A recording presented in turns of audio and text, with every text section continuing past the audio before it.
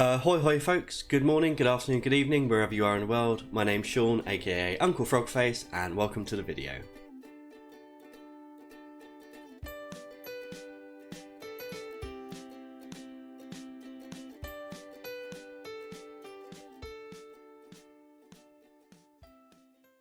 So today we're going to do a video that I've wanted to do for a while. I'm going to be talking about things that might be difficult for me. I've got some tissues just in case. If you've watched any of my previous videos, you might have heard me mention that I have a disability, and today I want to talk about that and my journey with it, and also how I made this man cry. So over on the side I'm going to be sharing a speed painting of something that has a special meaning to me, and I'll share a bit more about that at the end. So where should I start? I guess the beginning is as good a place as any. So let me take you back to 2009. I was working as an actor and a musician. I was also teaching musical theatre and working part-time at a department store. So that's just normal life of an actor. So on the 14th of July that year, I hopped on my motorbike and I set off to work. Between work and home, while riding a little bit over 60 miles an hour, the brakes on the bike locked up and threw me over the handlebars. I ragdolled for about 100 meters and was found unconscious about 20 minutes later on the grass verge by an off-duty policeman. I was taken to hospital in an ambulance and treated. So I had a lot of injuries, which included a broken nose. I tore all of the muscles either side of my spine from the nape of my neck to my coccyx. I dislocated my knee and my ankle. I took all of the skin off this arm here. You can see it's still quite scarred.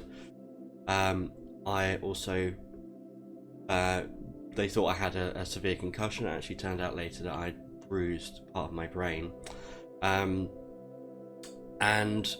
when I was thrown off, my thumbs got caught behind my handlebars, and I tore all of the ligaments between my index finger and thumb on both hands. So all in all, it was pretty bad. I had a lot of physiotherapy afterwards, and I almost got back to normal. There were a few things that still weren't quite right. My hands needed a lot of work, and I still couldn't play the piano or hold a pen for a very long period. And it was about this point that I was starting to find it harder and harder to walk and stand. I was also suffering from post-traumatic stress disorder. I did go back to work though. First I was working for a short time as a veterinary nurse, and then I went back into teaching, but it just became more and more difficult to maintain. It was also around this time that I met Andrew, and he's the man who became my husband and my rock. I remember when we first met, I'd just been told by a doctor that they didn't know what was wrong with me, and that I would probably need a wheelchair in a few years. I actually told him that on our first date, and he said, "I'm interested in you, it doesn't matter." And we're just about to celebrate our 6th wedding anniversary this Sunday, so things have gone pretty well. So the estimates from the doctor ended up being a little bit wrong. It was actually only a year before I started to need a wheelchair. I was getting along with sticks and frames and crutches and things, and then I started to need a wheelchair occasionally, and then as my mobility declined, I started to need it more and more until eventually I had to use it full time. It was at this time that I had to stop working as well. I had a lot of investigations with lots of different doctors, lots of different departments, and eventually I was diagnosed with functional neurological disorder, which is also called FND. Even now it's a condition that there's not very much information out there, even though it affects thousands of people. Structurally, the brain is still intact, but the wiring doesn't quite work as it's supposed to. The brain kind of takes different parts to do things that should be automatic. It can cause a lot of issues. There are actually a lot of effects, and they range from quite mild to severe.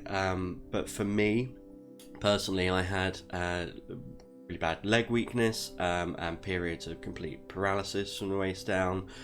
Had memory issues that at one point we thought I had early onset dementia. I was having speech problems, a stutter and stammer that I had from a child had come back and was really prominent, particularly if I was getting stressed or anxious. I might stutter occasionally in this just because it's quite hard to talk about. I also had nocturnal seizures, so seizures while I was asleep, and back spasms, muscle spasms, tremors, could be in my neck, my shoulders, my hands particularly. So it was at this point I was really at my lowest, and there was just next to no help available. GPs really are undereducated about the condition, and there are hardly any places in the UK that you can find treatment for FND, and it really needs to be a multidisciplinary thing, which just isn't available. Where there is treatment available, the waiting list can be really long. For me personally, it was a few years waiting for treatment. In that time, I put on a lot of weight. I'd gone up to more than 15 stone. I became really depressed and anxious. But all through that, Andrew always made sure we had fun and we stayed active.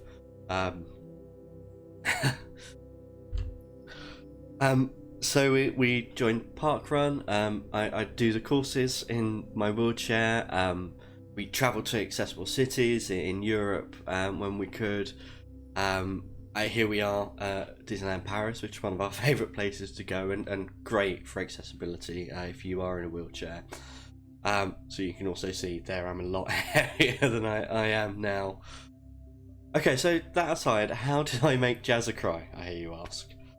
Well, remember those torn ligaments in my hands? My physiotherapist told me that I should knit and draw and do things that would exercise them. So I already knew how to knit, and I still do that sometimes, particularly in cold weather. But I'd always wanted to improve my art, so I did what most people do, and I turned to YouTube, and lo and behold, one of the first people I stumbled across is Jazza. So I watched one video of his, then another, and you know how it goes. I fell down a rabbit hole.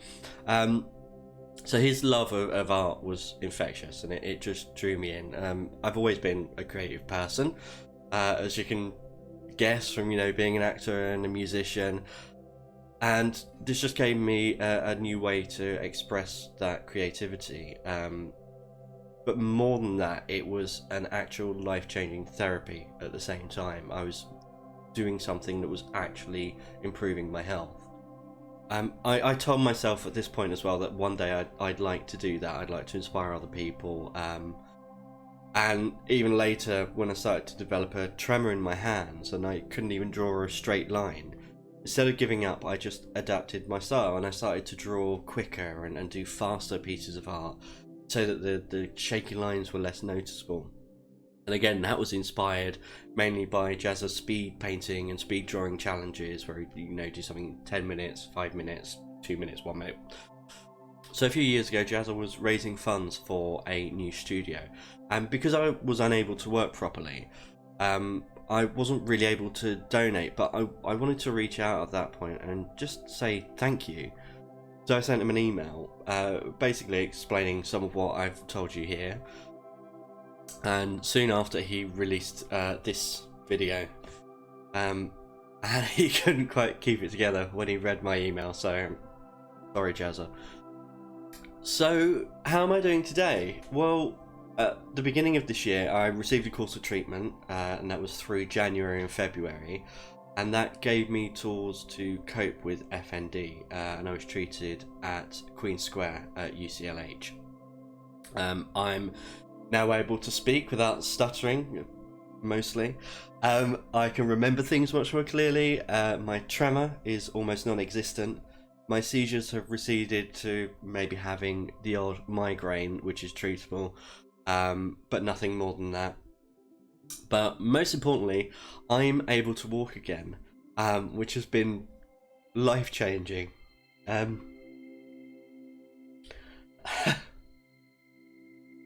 In fact, one of my first times walking outside, was at Disneyland Paris earlier this year. That was pre-lockdown. And yes, I cried like a baby.